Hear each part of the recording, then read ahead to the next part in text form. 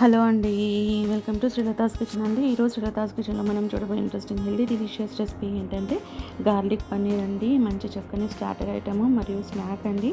Evening టైంలో పిల్లలు ఎప్పుడైనా మనకి స్నాక్స్ అడిగినప్పుడు ఇలా చక్కగా మనము స్నాక్స్ని చేసి పెట్టచ్చు. అలాగే లంచ్ టైంలో మనకి స్టార్టర్గా కూడా యూస్ఫుల్గా ఉంటుంది. చాలా సింపుల్ వేలో చేసుకునే రెసిపీ అండి. పిల్లలైతే ఎంతో ఇష్టంగా తింటారు మరియు ఇది చాలా హెల్దీగా కూడా ఉంటుంది. ఒకసారి ఈ రెసిపీని తప్పకుండా ట్రై చేసి చూడండి. ఎలా ప్రిపేర్ చేయాలనేది ఈరోజు మన శ్రీలతాస్ కిచెన్లో మనం చూసేద్దాము. చూడడానికి ముందుగా నేను ఇక్కడ పన్నీర్ తీసుకున్నానండి. మన ఇంట్లోదైనా సరే, మనకు బయట షాప్లోదైనా సరే తీసుకొని ఇలా నిలువుగా కట్ చేసుకోవాలి. లేదంటే మీ ఇష్టమైన షేప్లో కట్ చేసుకోవచ్చు, కానీ ఇలా కొంచెం సన్నగా ఉండే విధంగా చూసుకొని కట్ చేసుకోవాలి. ఇలా కట్ చేసుకున్న పన్నీర్లోనే మ్యారినేట్ చేయడానికి చిటికెడంత టర్మరిక్, కొంచెం ఒక 1/2 టేబుల్ స్పూన్ చాట్ మసాలా అండి. చాట్ మసాలా లేదంటే ధనియా పౌడర్ అయినా యాడ్ చేసుకోండి. రుచికి సరిపడినంత సాల్ట్, రుచికి సరిపడినంత కారంని వేసుకొని ఒక 10 వరకు వెల్లుల్లిపాయలండి. వెల్లుల్లిపాయలను ఇలా కచ్చాపచ్చాగా దంచుకోవాలి. ఇలా మెయిన్ మనకి వెల్లుల్లిపాయలను కంపల్సరీగా మనం దంచుకొని వేసుకోవాలి. కసూరి మేతి అండి, షాప్లో అవైలబుల్గా ఉంటుంది. కసూరి మేతి లేని వాళ్ళు మెంతి కూరని కొంచెం మెదుపుకొని వేసుకోండి. 1 టేబుల్ స్పూన్ వరకు ఆయిల్, 1 టేబుల్ స్పూన్ వరకు పెరుగును కూడా వేసుకొని 1 టేబుల్ స్పూన్ వరకు దీంట్లోనే మనము రైస్ ఫ్లోర్ వేసుకోవాలండి. బియ్యం పిండి. రైస్ ఫ్లోర్ వల్ల మనకి చక్కగా క్రిస్పీగా వస్తుందన్నమాట.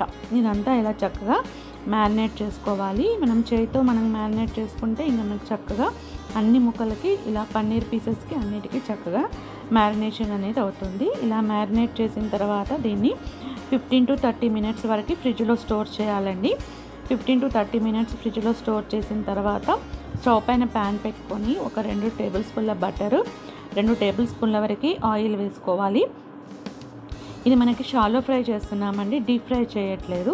సో ఇవి వేసుకొని దీంట్లోనే 1 టేబుల్ స్పూన్ వరకు జీలకర్ర, కొంచెం కరివేపాకు, 2 ఎండుమిర్చి వేసుకోవాలి. ఈ ఫ్లేవర్ అనేది పన్నీర్కి పడుతుంది, చక్కగా టేస్టీగా ఉంటుంది. ఇప్పుడు ఫ్రిడ్జ్లో నుంచి పన్నీర్ తీసేసుకొని ఒక్కొక్క పీస్ని ఇందులోకి వేసుకోవాలి. మనకి ఇలా కొంచెం వెడల్పాటి ప్యాన్ని పెట్టుకోవాలండి. అప్పుడే మనకి పన్నీర్ అనేది చక్కగా ఫ్రై అవుతుందన్నమాట. ఇలా వెడల్పాటి ప్యాన్ పెట్టుకొని మన పన్నీర్ పీసెస్ అన్నిటిని కూడా ఈ ప్యాన్లోనికి ఒక్కొక్క దాన్ని ఇలా పేర్చుకోవాలి. ఇలా పేర్చుకుని మనము మొత్తం స్టవ్లో మనం మీడియం ఫ్లేమ్లోనే పెట్టాలండి. అస్సలు హై ఫ్లేమ్లో పెట్టకూడదు. మీడియం ఫ్లేమ్లోనే పెట్టి 2 నిమిషాల వరకు మూత పెట్టుకొని దీన్ని కుక్ చేసుకోవాలి. అప్పుడు ఆయిల్ అంతా ఇలా పైకి వచ్చేస్తుంది చూడండి. అప్పుడు ఒకవైపు చక్కగా మనకి ఫ్రై అయిపోతుంది. రెండో వైపుకి ఇలా నెమ్మదిగా ఒక్కొక్క పన్నీర్ని ఫ్లిప్ చేసుకోండి. ఒక స్పాచులాతో కానీ స్పూన్తో కానీ ఇలా కొంచెం నెమ్మదిగా ఫ్లిప్ చేసుకుంటే మనకి రెండో వైపు కూడా పన్నీర్ అనేది రోస్ట్ అవ్వాలి కదా, అందుకని ఇలా రెండో వైపు కూడా ఫ్లిప్ చేసుకోండి. ఇలా 2 వైపులకి మనం ఫ్లిప్ చేసుకొని దీన్ని రోస్ట్ చేసుకోవాలండి. రెండో వైపుకి కూడా మనం ఫ్లిప్ చేసుకున్న తర్వాత మళ్ళీ పన్నీర్ పైన మనం మూత పెట్టుకోవాలి. ఇలా మూత పెట్టుకొని 2 నిమిషాల పాటు మీడియం ఫ్లేమ్లోనే మనం రోస్ట్ చేసుకోవాలి. 2 నిమిషాల తర్వాత చూస్తే చూడండి పన్నీర్ మనకి చక్కగా 2 వైపులకి రోస్ట్ అయిపోయింది.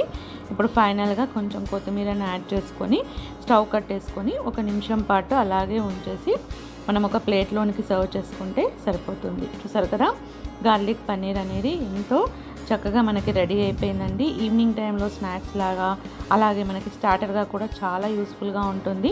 రైస్ ఫ్లోర్తో మనకి క్రిస్పీగా లోపల సాఫ్ట్గా ఎంతో టేస్టీగా ఉండే రెసిపీ అండి. తప్పకుండా ఈ రెసిపీని ట్రై చేసి చూడండి. రెసిపీ నచ్చినట్లయితే లైక్ చేయండి, సబ్స్క్రైబ్ చేయండి, కామెంట్స్ని కూడా షేర్ చేయండి. వీడియో చివరి వరకు కూడా వాచ్ చేయండి. ఓకే అండి, థ్యాంక్ యూ ఫర్ వాచింగ్.